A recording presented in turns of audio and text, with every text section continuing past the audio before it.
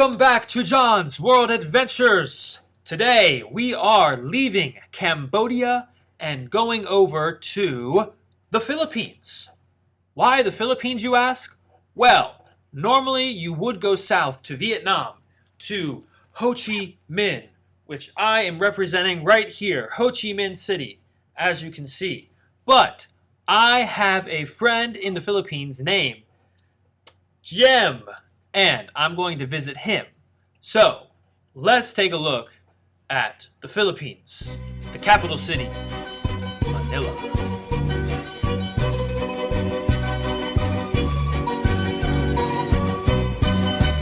Manunugtugay nagpasimula at nagagsayawan ng mga mutya sa mga padiyak parang magigiba. Bawat tapakan ng mga pakya kung pagmamasdan ay nakatutuwa ang hinigil ay hindi nawawa. The Philippines was colonized for over 400 years by Spain. It was passed over to the United States for 50 years until after World War II when it had its independence. And pretty much everyone in the Philippines speaks English, so if you need help getting around, it's pretty easy here. But whatever you do, don't have durian on the subway.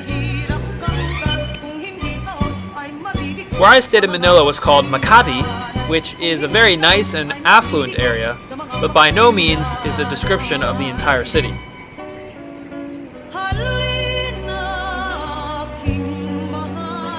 After being shown a nice river walk by these two, and also getting to meet the Filipino Aladdin and Jasmine, I went into this place, where I was conned by a bar girl to buy her a drink.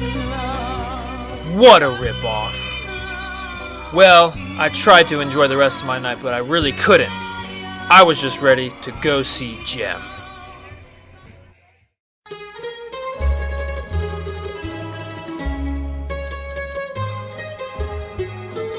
And finally, I met with my friend Jem.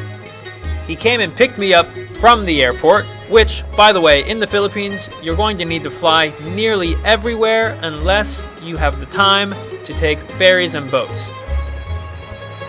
Jem and I met in the Marshall Islands, which was the first place that I ever taught.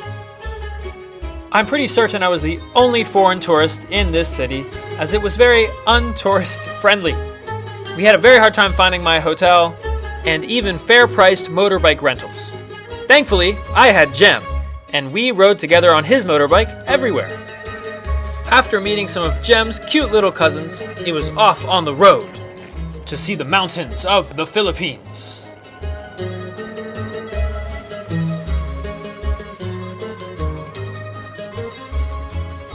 The first stop was this beautiful Stone Peak Cafe. We met up with some of Jem's friends from church. It was absolutely beautiful, but also very windy. We had lunch, and a must-have is mungo bean curry. This is what you need to eat in the Philippines. As we were eating, I made a little friend. Although, I think he tried to poop in my ear. Ugh. Next, we went to Mambuco Falls and Volcanic Hot Spring. Jem loves animals dearly, that he even wanted us to stop our hike to clean off this filthy water buffalo from this dirty puddle. We still made it to the waterfalls in time. But, wow, that was scary.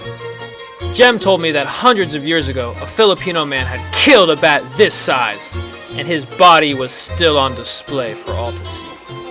As I tried to relax in the volcanic hot spring, Jem assured me that the bats would come as the sun went down. It's true, you cannot always trust bald people, but Jem wasn't lying. The bats came out when the sun went down.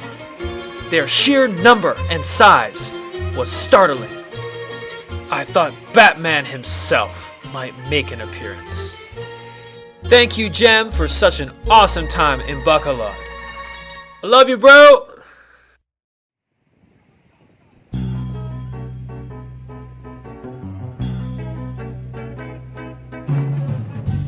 Boracay is beautiful, but it is definitely a tourist destination, which makes it expensive and crowded. two things that I really don't like. Nevertheless, it was a cool place, and I met some cool people, such as these two French girls and these two Jewish boys. Yeah. Now, it was in Boracay that I had lost the third thing that you should never lose, which is your passport. Yes, it was quite serious. I woke up the morning I was supposed to leave Boracay and catch my flight. I found out that I had forgotten to set my alarm, and it was currently 9:20. My flight left the airport at 10:45, and remember, Boracay is an island, so I had to catch a taxi to a ferry, get on the ferry, cross the ocean, get on the other side, catch a taxi, go to the airport, get in line, check in, and then get on my flight, all in a matter of 1 hour and 15 minutes.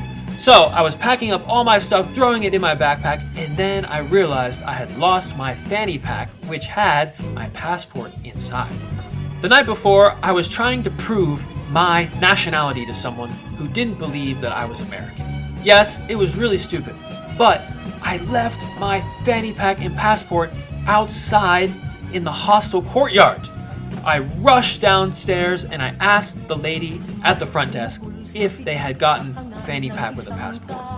Lo and behold, she had it, and I thanked God the whole way.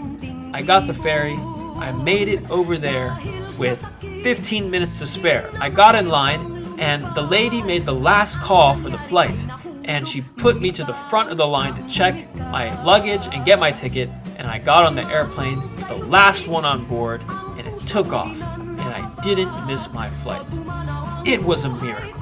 It was really important that I made this flight because I had to go down to Cebu City.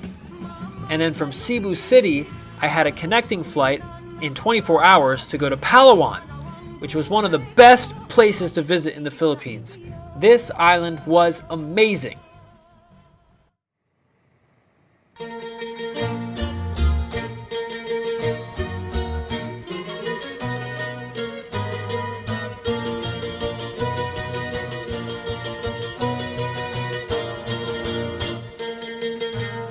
What a view! This was exactly what I needed after a 7-hour car trip up the roads of Palawan. Met! This guy from our hostel took us on the journey. We started in the swamps and then slowly climbed up some very sharp and jagged volcanic rock.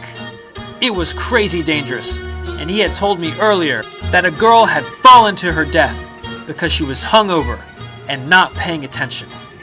Needless to say, I had a few cups of coffee that morning to make sure I was awake.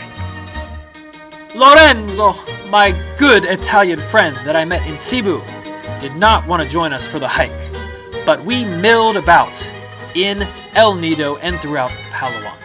It was great.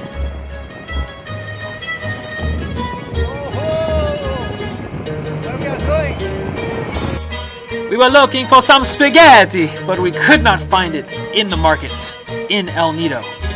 We also wanted to book our ticket the next day for the tours on the water.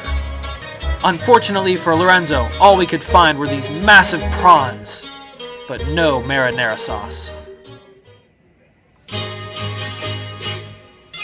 So for about only $30 for the entire day, you can go out at sea. The different tours take you to different islands and have different activities planned for each.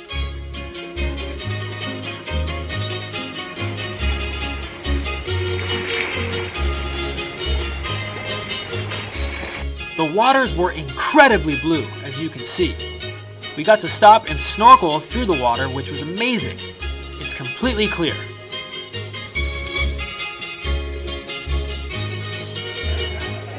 Next, it was time to stop for lunch, which was truly something. I did not expect to see this prepared for us. That's right, amazing food art out of a pineapple and a watermelon. Some amazing clams and shrimp, and the fish with its head on, of course.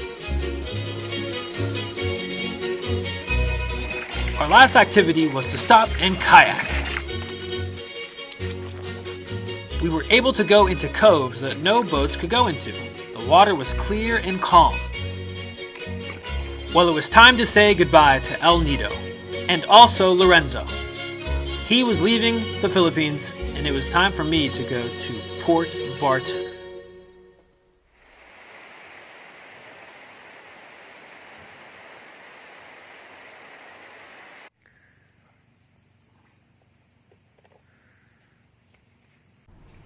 Wow, the peace and quiet and beauty of Port Barton was second to none in the Philippines.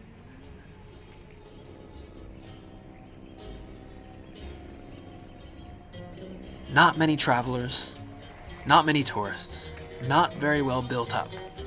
Quiet and nice. A perfect last stop. Unfortunately, it was here that a fellow traveler was robbed by a local posing to be a traveler in the hostel. When we checked with the front desk, he never had brought his passport to get photocopied. Sometimes it just happens. Keep your stuff safe.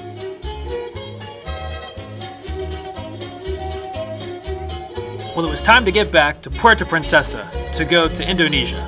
But first, I made a quick stop at Palawan Wildlife and Conservation Center. This demonic creature was named Legion, for he was many. He had eaten 11 human beings on the island of Palawan, and was being conserved for such reasons. I was also able to meet his little brother Robert, much less intimidating. These were the weirdest birds I'd ever heard. They made the strangest noises.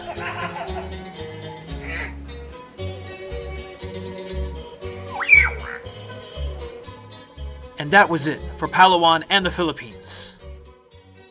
Well, I hope you enjoyed this video about the Philippines, and hopefully you can visit there soon too. If you like this video, please subscribe and like my channel. Thank you, and I'll see you next time in Indonesia. Bye-bye.